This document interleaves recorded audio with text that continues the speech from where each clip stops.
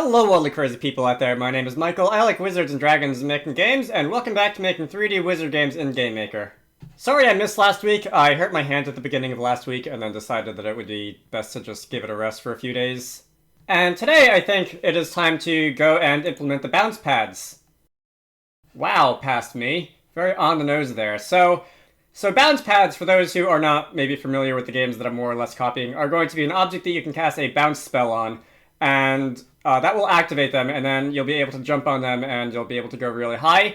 Specifically, because I'd like a little bit more control over where the player goes than just saying you can jump really high, I'm going to parameterize them so that I have control over where the player ends up, and also where the player, where the apex of their jump is.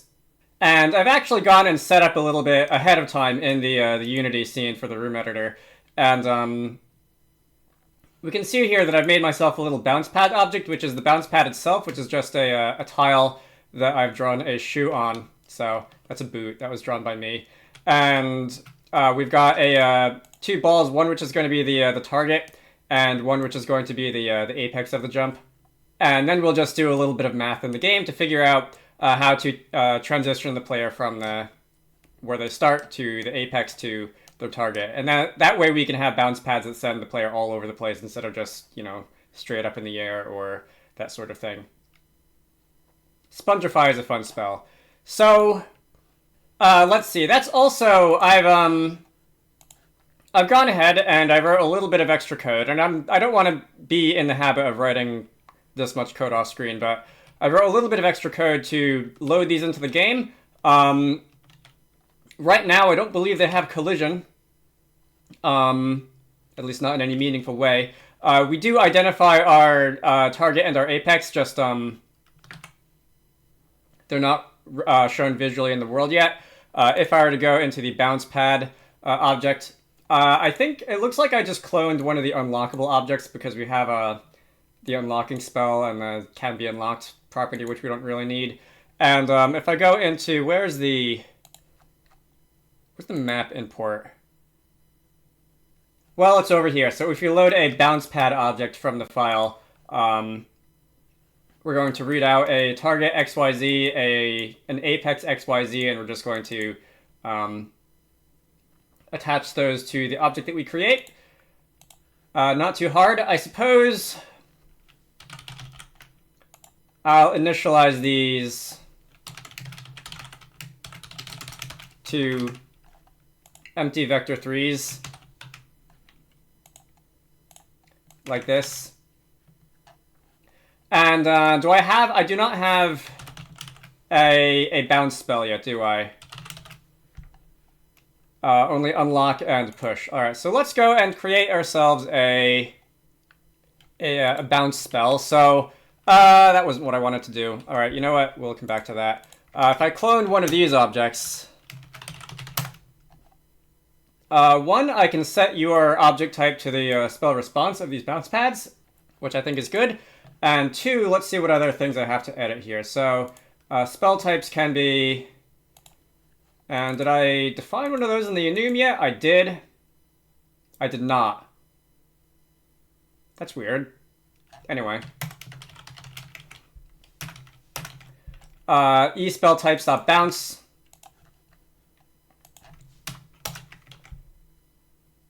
Velocity, Z, position, and caster are defined when you're created. And I'm gonna need a symbol. So if I go into the files here, let's see, open project in Explorer. And if oh yes, I also drew like parts of a tree. I'll get to that later.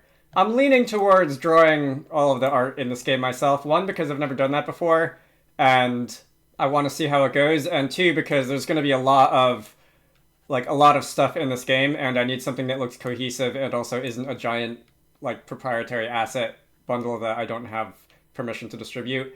Anyway, so if I open up this, can I just grab the boot? And can I save the boot as the spell symbol? How big should these be?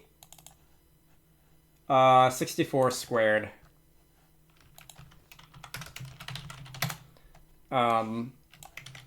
let's assign that sprite. And I think I can take this, make myself a 64 square image, and is that going to be big enough to really see what's going on here? Yeah, I think that's about as big as we can get. All right. Right, so we've saved that. Yes, I realize that importing a sprite is not an undoable action, and we can create spell bounce, and that should be the spell that that these things can respond to. They won't do anything yet.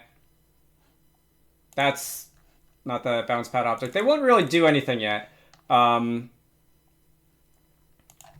fact, just to make sure the game doesn't crash if I cast a spell on them, let me comment that out. But I should be able to, if the player...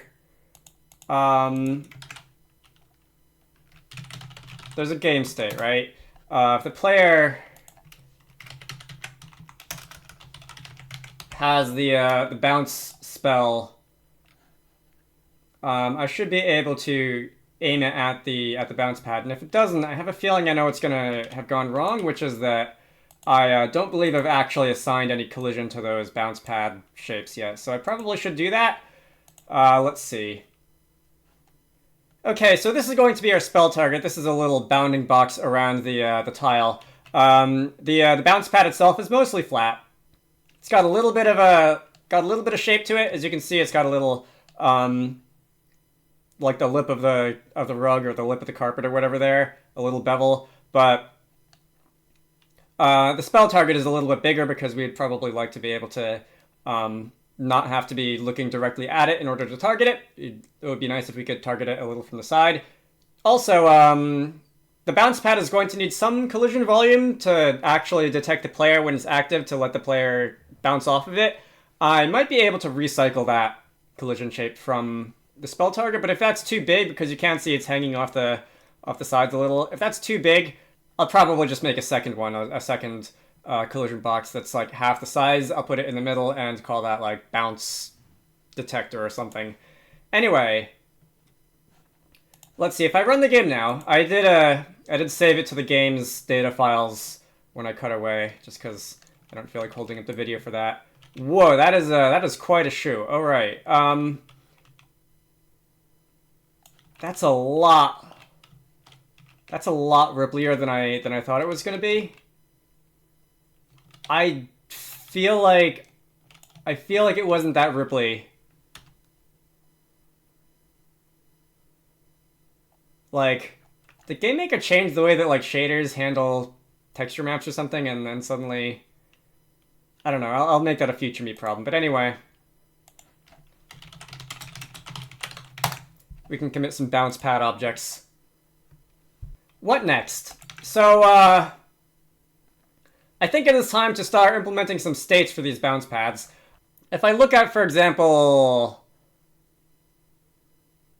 let's say spell block. How much can I get away with this?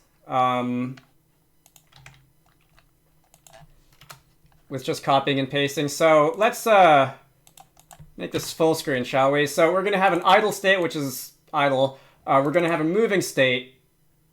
No, we're not. We're going to have an active state. And I usually also activating and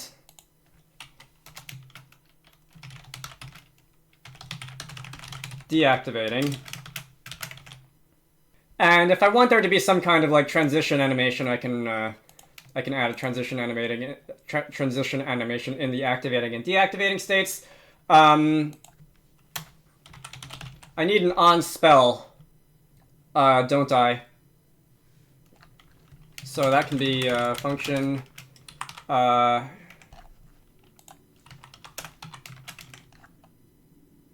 Let's see. When we get hit by a bounce spell, we'll want to self.state.change to activating. In the activating state, I guess I'll immediately just change to active. And again, if I want active, if I want a like an animation when it turns on before it activates, I can like play that in here. The deactivating state can immediately go back to idle. Or I guess I could call it inactive.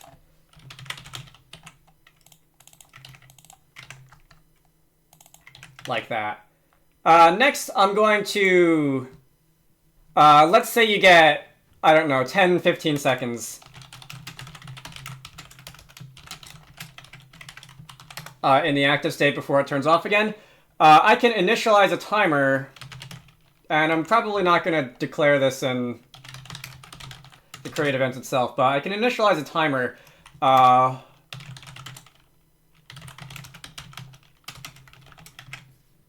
say 15 seconds. And I really don't need any of this, do I? Because that's all block stuff.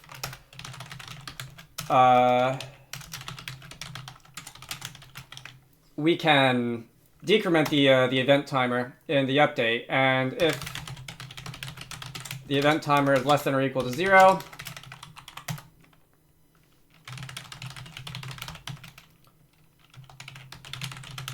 change back to deactivating. That's that should work. I've done this a bunch of times in the past in other games. I've done patterns like this a bunch of times in the past. Get used to seeing a lot more of it. I don't see any reason why this wouldn't work, so I'm going to just commit without testing. Oh no, bounce pad states, and when the bounce pads are drawn, we can. All right, so we're just going to do all that debug draw by default, and let's inherit that event. We're up to 33 empty lines when you say inherit event in an object. I think I'm also going to give each state a visuals or a draw or something. Yeah, let's call it just actually let's call it draw extras. And the only one for now that's really going to have anything, draw extras, can be a function. For now, can I just draw like a ball, one of those test balls or something like that? Do I not have the test balls anymore? Wait a minute. I think I do. Oh, I called them debug cube, debug sphere, and they're just like global variables-ish. So let's draw those debug or a debug sphere, and let's not make it too big. Let's not make it so big that it's like hard to see what we're standing on. But when the bounce pad is active, we're going to draw the sphere. I guess I can uncomment the spell, the onSpell call when you get hit by a spell. And what don't you like? Oh, I need a comma there, do I? So now when I cast a spell at the bounce pads, let's see. Where are you going? Where do you think you're going? So apparently something I forgot to do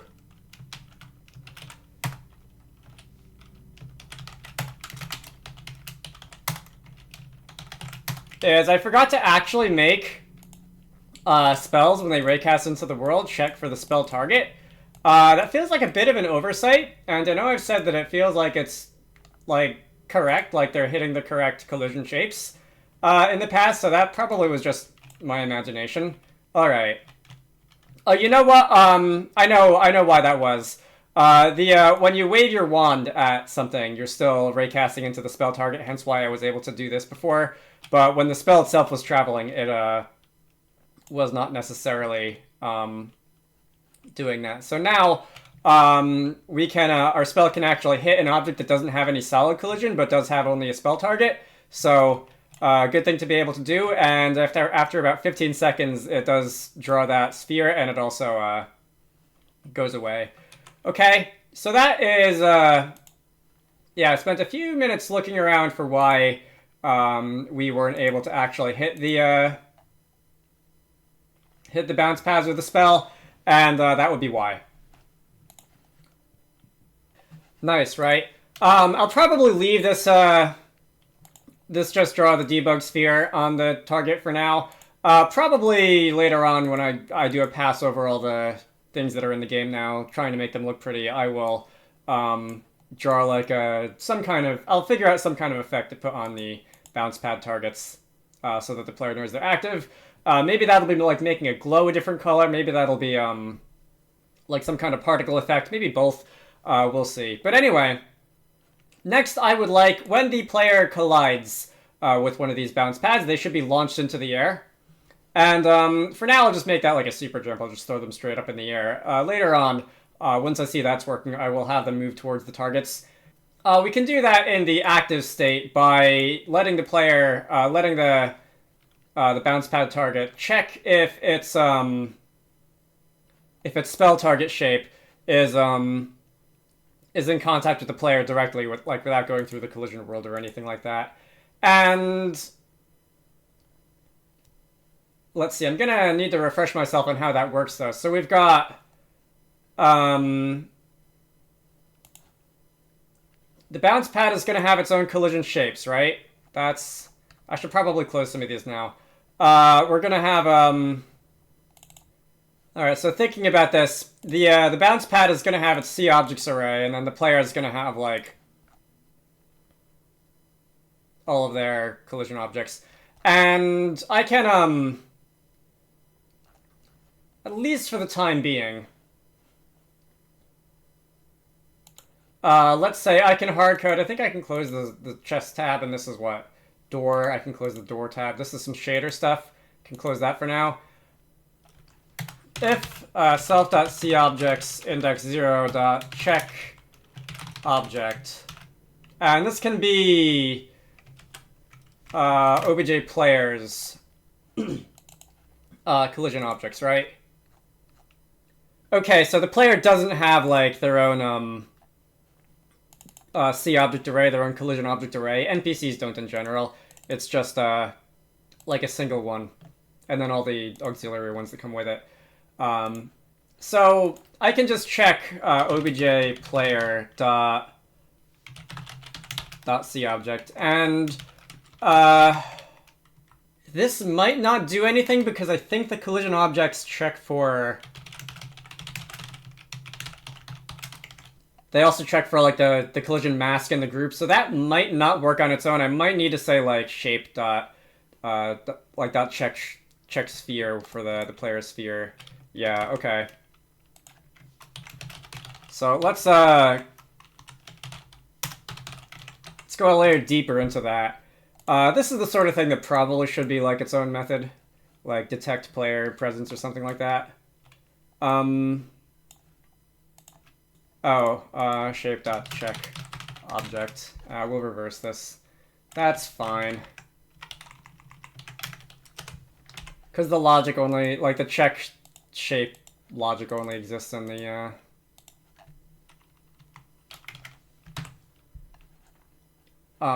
you know, in the shapes. Okay, so we can cast that. Apparently we can cast that spell. We're detected as being there, and then now we can just give the player a nice kick up in the air. Gotta organize my workspaces. I know I've said that I don't think workspaces are like the biggest evil in GameMaker, but they're starting to get on my nerves a little bit as I narrate my way through this. We have a jump, right? Handle jump. Oh no, we don't. We just have like Y speed. We have set Y speed and self.state.change. This should probably be a jump method.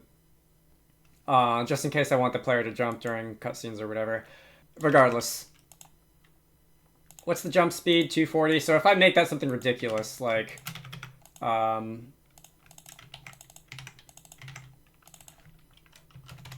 1,000 or something like that, we will stop being on the ground pretty quickly, and we'll definitely be going up in the air. Boing. It's a little high. Boing. All right, this is actually fun. Anyway, so this isn't quite it. This isn't quite all that I need to do here. So I don't want to bounce only when whenever I walk into it. I want to bounce only when I'm like descending onto it. So I can also check if player is it velocity. I haven't looked at this code in a few weeks. Okay, it's not a velocity vector 3 or anything, but we do have x speed, y speed, z speed. So I can say if player dot y speed is let's say less than, that's not less than, is less than 0, then we can bounce them. Realistically, this should probably be like less than some arbitrarily small amount, just in case like the player just like drops a tiny distance. You don't want them to go springing up into the air. And this should probably also be wrapped up in a like if is like currently playing and not like is a cutscene or something like that, just because you don't want this to be going off during a cutscene.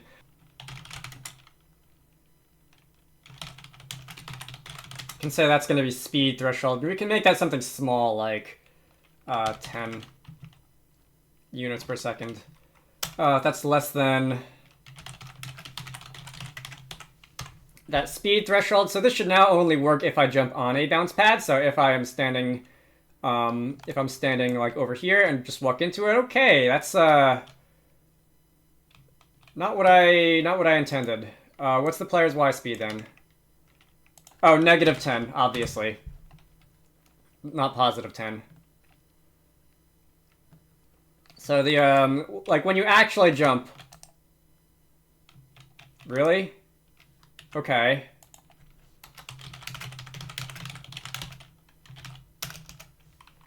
It's another thing that I guess I don't know about my own game today. When you actually jump and like when you descend from like an average height, what is your actual velocity?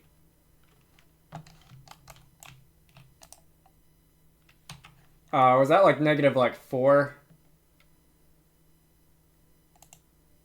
Oh, is that because this isn't player's velocity like isn't properly delta timed yet, because I've been putting off actually doing that little integration.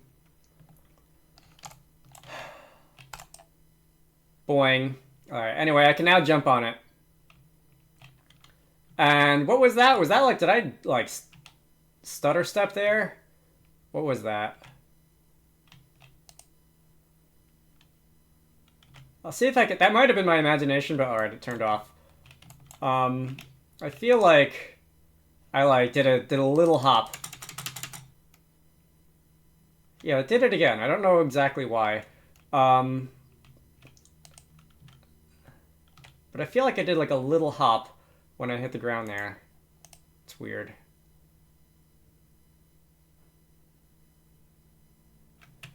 I'm not landing on the spell target, am I? Because I shouldn't be able to land on that. Because that does not have the like default solid object mask. Anyway. Is it time to like object orient this and move it into its own method or something? Alright, you know what I eventually want to do anyway, and by eventually I mean next, is give the player a separate state for when they are flying through the air. And that separate state for the player is going to be a dedicated, like a dedicated bouncing state.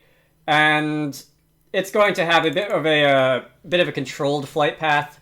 So let's see. For now,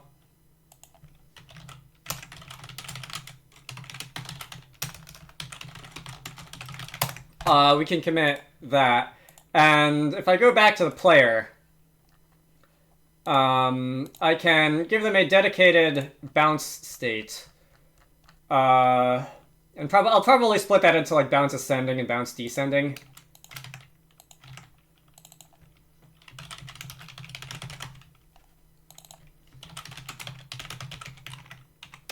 Do I really need these debug messages here?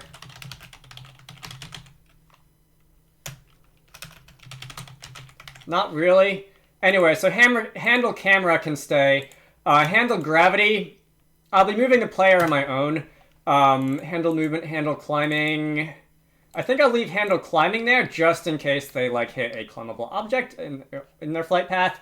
And then I will allow them to transition into the climbing state, and then we'll be done.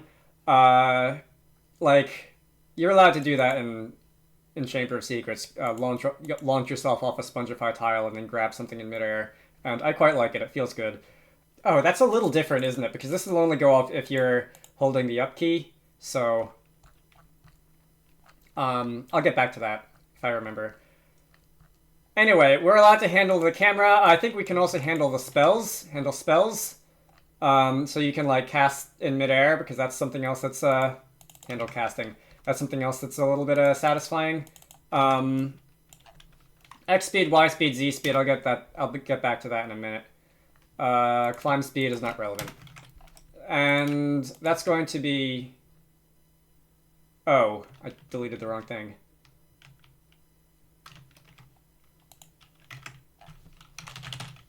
Alright.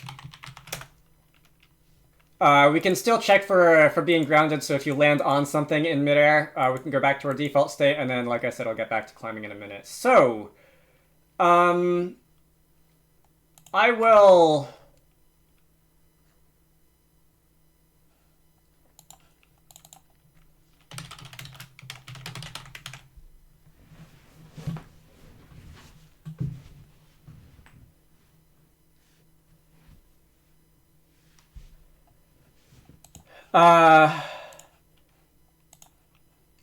the player is going to need a few properties. So they're going to need to know, like, where they started from, where the apex is, and where they, like, where they're supposed to land. So in the player's create event, let's initialize a few things.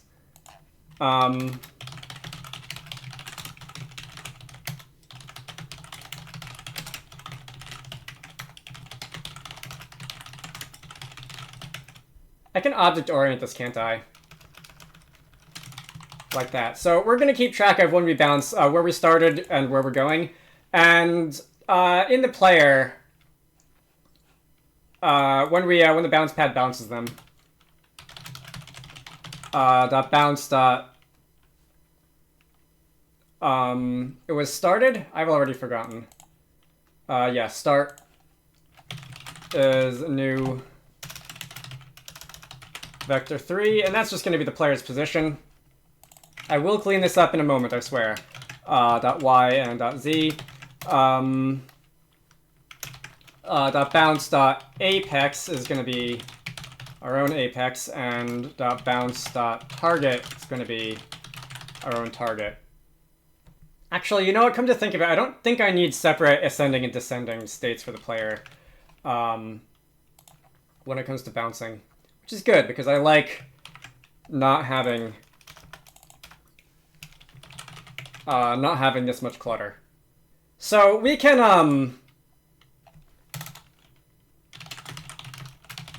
let's say our bounce speed. We have a bounce speed, and this is how far we can move on the ground on the XZ plane when we're traveling through the air. And for now, let's just define that as, like, I don't know, 100 or so. And I guess we can delta time that, so that times delta time. Remind me, did I implement approach here, and did I do it correctly? Because I feel like I've tried to correct this several times, and I've messed it up every time. But anyway. I have that approach anyway. I might correct that off recording. I'm going to want to take our current position. So self x, y, and z. I'm going to take our target, which is going to be... actually, hang on. Let me save our start. Start, current, and target. Our progress... Oh, I'm having to sit here and think this through. So we're going to want to essentially have our current position approach the target, right?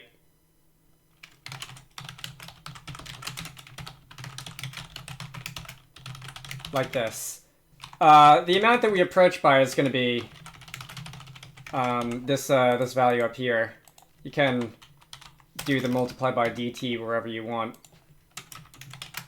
Ultimately, I'm going to need to set the x speed, y speed, z speed, right? So I can say var diff is going to be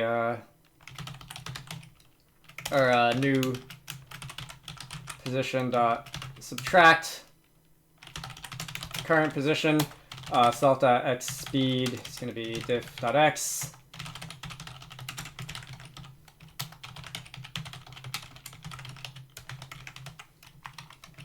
yz and y speed. So we're only going to do this with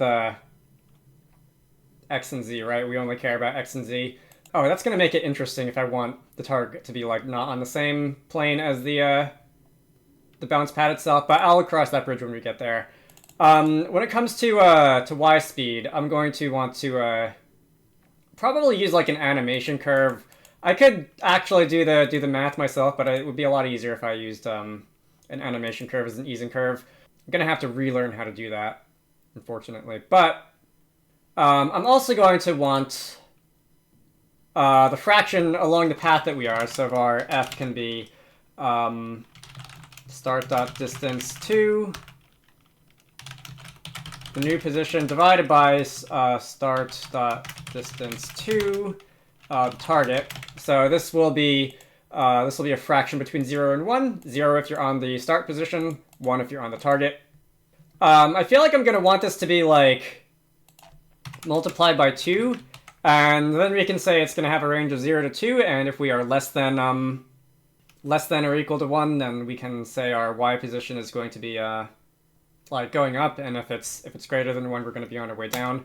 If f is greater than 1, or I'll start with if f is less than 1. Okay, let's do this like the really cheap way first, and I'll just say self.y is going to be hard-coded to a lerp between start.y and self.bounce.apex.y, and the fractional amount is going to be f. Else, if f is greater than 1, then we're going to want to go the other way, and we're going to lerp from apex.y to target.y, and instead of being f, this is going to be f minus 1. So very hard-coded. We're not going to be moving in a parabola, we're going to be moving in a V shape. Apparently I missed a punctuation somewhere. That needs a comma. And we should at least be able to bounce from our source to our destination. Okay?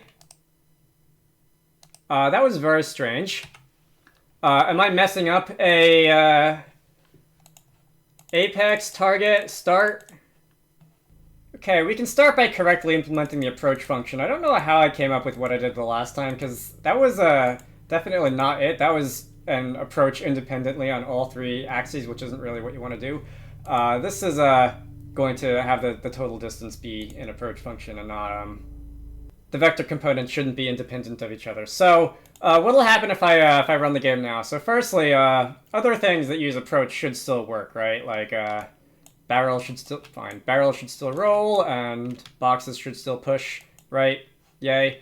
So now if I jump on the bounce pad, we're gonna... Okay, so I see... Our fractional value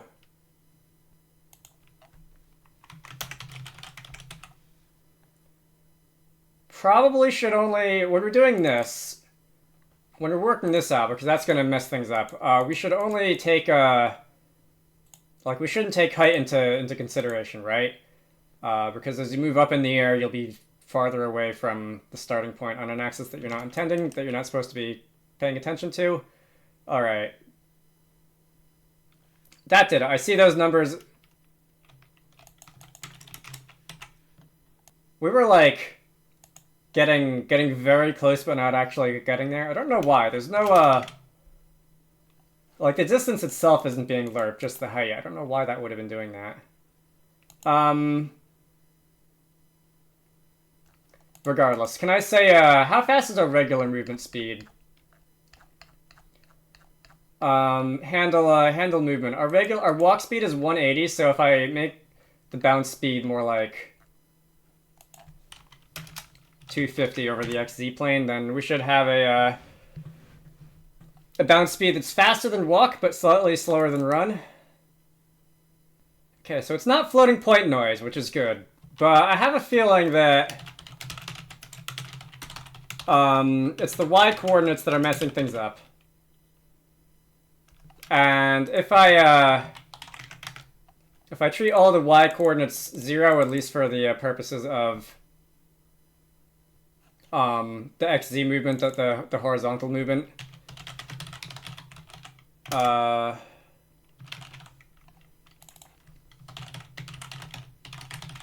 then it'll be smoother because we're not dealing with, you know, movement in dimensions that we shouldn't be. I will return the fractional lerp down here to its original value, but up here we should be simply only considering movement on the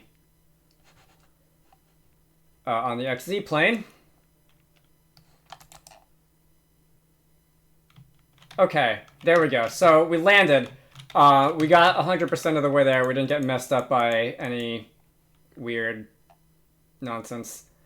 Okay, so this makes my garbage collector senses unhappy. So I can just maybe not do extraneous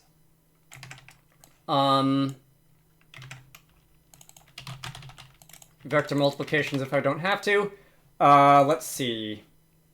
I'm definitely going to have to relearn how animation curves work if I want to do this smoothly. The general logic should be the same, but instead of just a linear interpolation, a smooth ease, like a linear ease from A to B, I'll want some kind of quadratic ease from A to B. But other than that, I think we're set here. Alright, a lot of code changed here. I've been recording for a long time and I want to stop, but a lot of this should be cleaned up. So, like, not counting this, a lot of this should be cleaned up. I think, should I just, like, give the player a bounce method that's, like, bounce to from an apex or something like that? I think I will.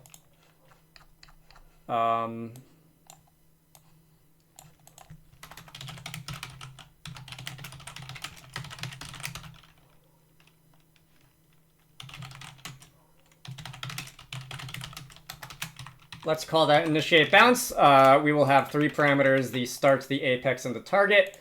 All of these can be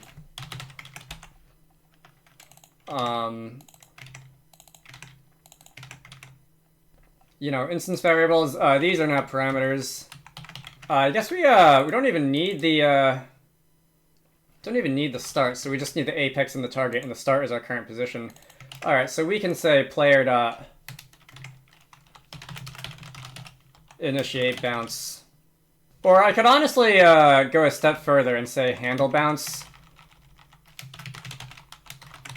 And we'll take the apex, the target, and we could include this in it.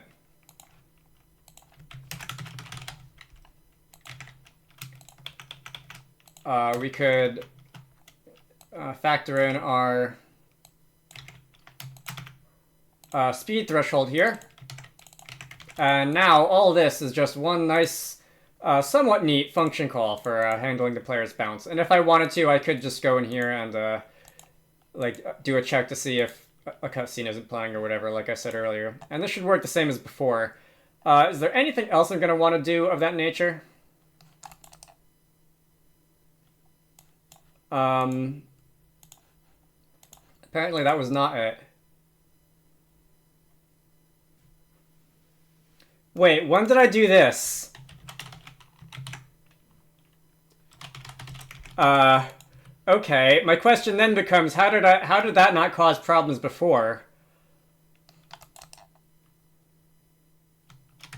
Anyway, alright.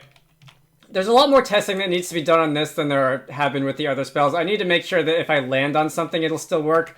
I probably should make sure that if, like, the apex object is, like, in the air somewhere, that it still works.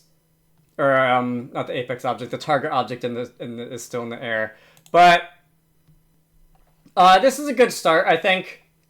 Let's see, is there anything else I want to clean up? Not bad. This isn't terrible. The basic idea works. Maybe I should see if Munin wants something like this in Wizard Ducks. But anyway, I'm gonna start checking some things off. So bounce pads inactive, activating. There's really no need to hit these boxes, but oh, I had the idea to do this in the transition between falling and stationary. That is something that you can do with Snow State. I think the way I did it is fine. But that would have been interesting. That would have been an interesting use for transitions in Snow State. But I do like putting the detection for the player logic in the bounce pad object itself because, you know, separation of responsibilities. Alright, that's done. Alright, if you assume ease and curves means a linear ease, then that's done. Again, I'll relearn how to use animation curves at some point. Alright. I feel like the animation curve, system in GameMaker should be a lot simpler than it is. I feel like it's needlessly complicated, and that makes me not want to use it as much. Anyway, bounce spell, bounce pads. Mind read spell type. I did not get around to doing that. I thought that would just be an easy version of like creating a symbol and creating an object for it, but didn't get around to that. I will do that next time now. Actually, maybe next time I should dedicate some time to, like, making sure bounce pads work in different situations. Alright,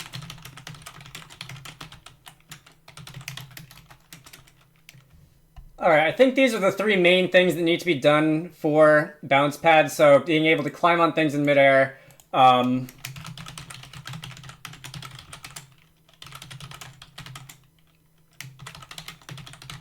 automatically without holding the jump button. The parabolic ease and curve for height, as I've mentioned several times.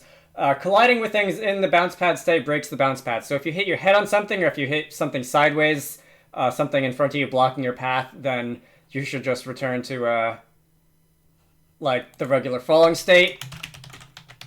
And I'm going to make a note to preserve